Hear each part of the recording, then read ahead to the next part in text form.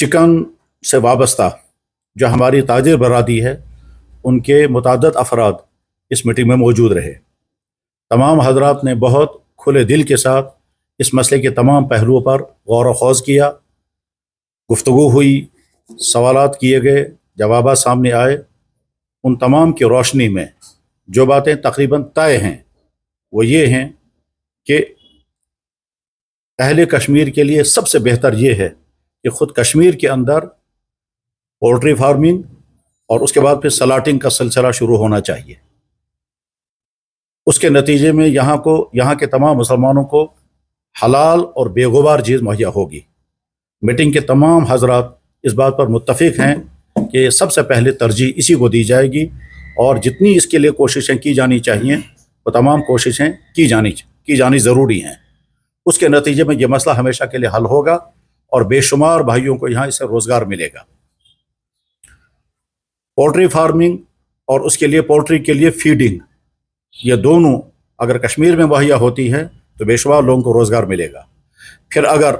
यहीं सलाटिंग का सिलसिला शुरू होता है, चाहे फिर वो हैंड से सलाटिंग हो या मशीनों से सलाटिंग हो, वो उसके नतीजे में भी यहाँ के बेशुमार लोगों को रोज़गार मिलेगा। मशीनों की सलाटिंग जब होगी तो उस पर जायज़ और नाजायज़ के हुदूद वो उलमा तय करेंगे। पहली बात जिस पर तमाम हजरात का इत्तेफाक हुआ वो ये है। दूसरी अहम तरीन बात जो सामने आई वो ये कि जिन भाइयों का ये कारोबार चल रहा है उनकी पेमेंटें बाकी हैं। वो एक तरफ से बाहर से लिया हुआ माल आगे बेच चुके हैं, तो बाहर के लोगों का पैसा उनके कंधों पर है और इनका पैसा जो है वो यहाँ के उन रिटेलर दुकानदारों के कंधों पर है। इस सिलसिले में तमाम हजरात से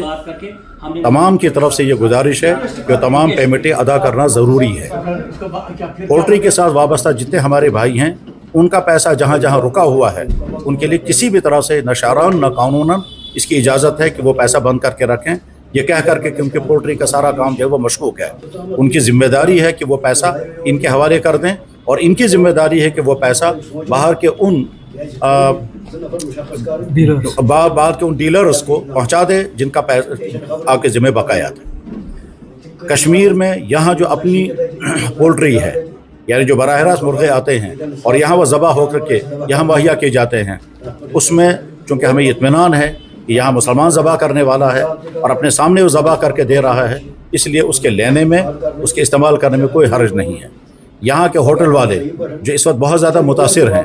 वो इत्मीनान के साथ यहाँ अपने महल्लों में, अपने गाँव में, अपनी पोल्ट्री वाले के पास जा कर के उससे अपने सामने मुर्गे ज़बा करा कर जब लेंगे और अपने होटलों पर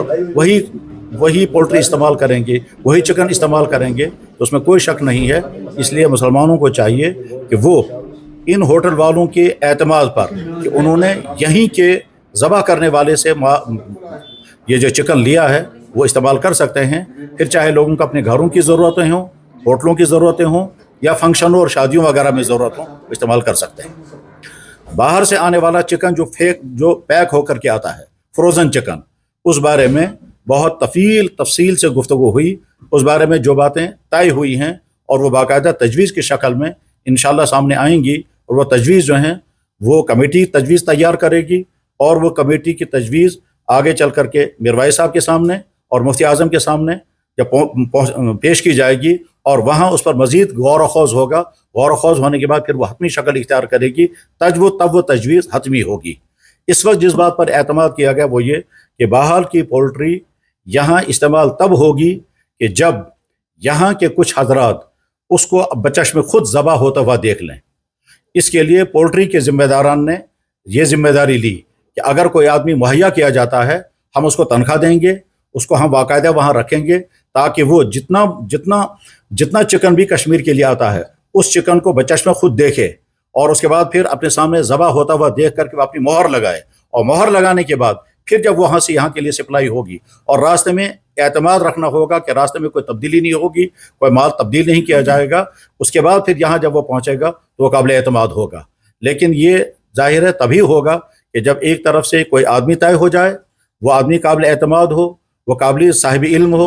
वो आदमी जानता हो कि शरई उसूल के मुताबिक ज़बा करने का तरीक़ा क्या होता है और वहाँ बाकायदा पाबंदी के साथ वो ड्यूटी दे और वो एक एक मुर्गे को ज़बा होने के बाद उसमें मोहर लगाए اور مہر لگانے کے بعد جب وہ فریز ہو کر کے سٹاک بن کر کے جب یہاں پہنچے گا وہ قابل استعمال ہوگا۔ اس سے ہٹ کر کے کوئی دوسرا ذریعہ اگر مرغوں کی یہاں پہنچنے کا ہے تو جب تک اس کے بارے میں پورا اطمینان نہ ہو جائے، جب تک اس کے بارے میں پوری سرٹیفکیٹ نہ ہو جائے کہ ہاں صاحب یہ اسی طرح سے ذبح کیا ہوا ہے، تب تک یہاں کے عوام سے یہ اپیل کی جاتی ہے کہ مشکوک چیزوں سے اپنے آپ کو بچائیں۔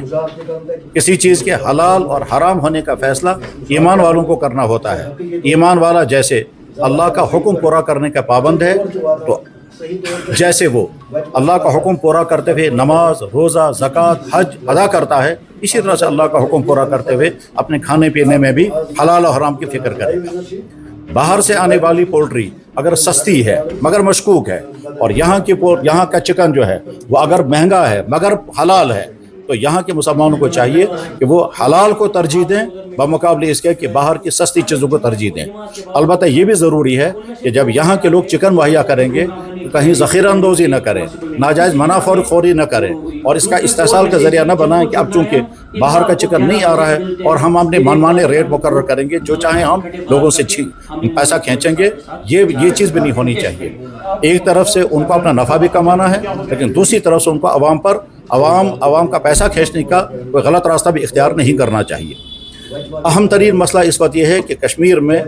چکن کی جتنی ضرورت ہے اتنی ضرورت یہاں کی چکن سے ابھی پوری نہیں ہو پائے گی۔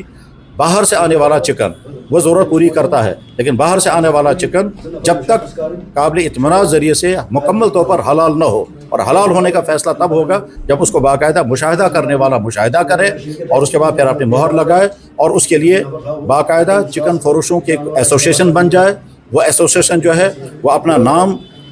رکھے، نام رکھنے کے بعد پھر اسی ایسوسیشن کو سرٹیفکیٹ دی جائے گی، اور یہ کہا جائے گا کہ بھائی فلانی